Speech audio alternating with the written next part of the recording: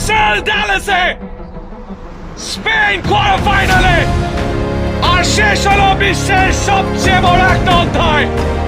এটাই ছিল ক্রিশ্চিয়ানো রোনালদোর শেষ ওয়ার্ল্ড কাপ ম্যাচ, আর ফুটবল একটা যুগকে বিদায় জানালো। স্কোরবোর্ডে পর্তুগাল হেরেছে, কিন্তু ফুটবল কখনো ক্রিশ্চিয়ানো রোনালদোকে হারাতে পারবে না।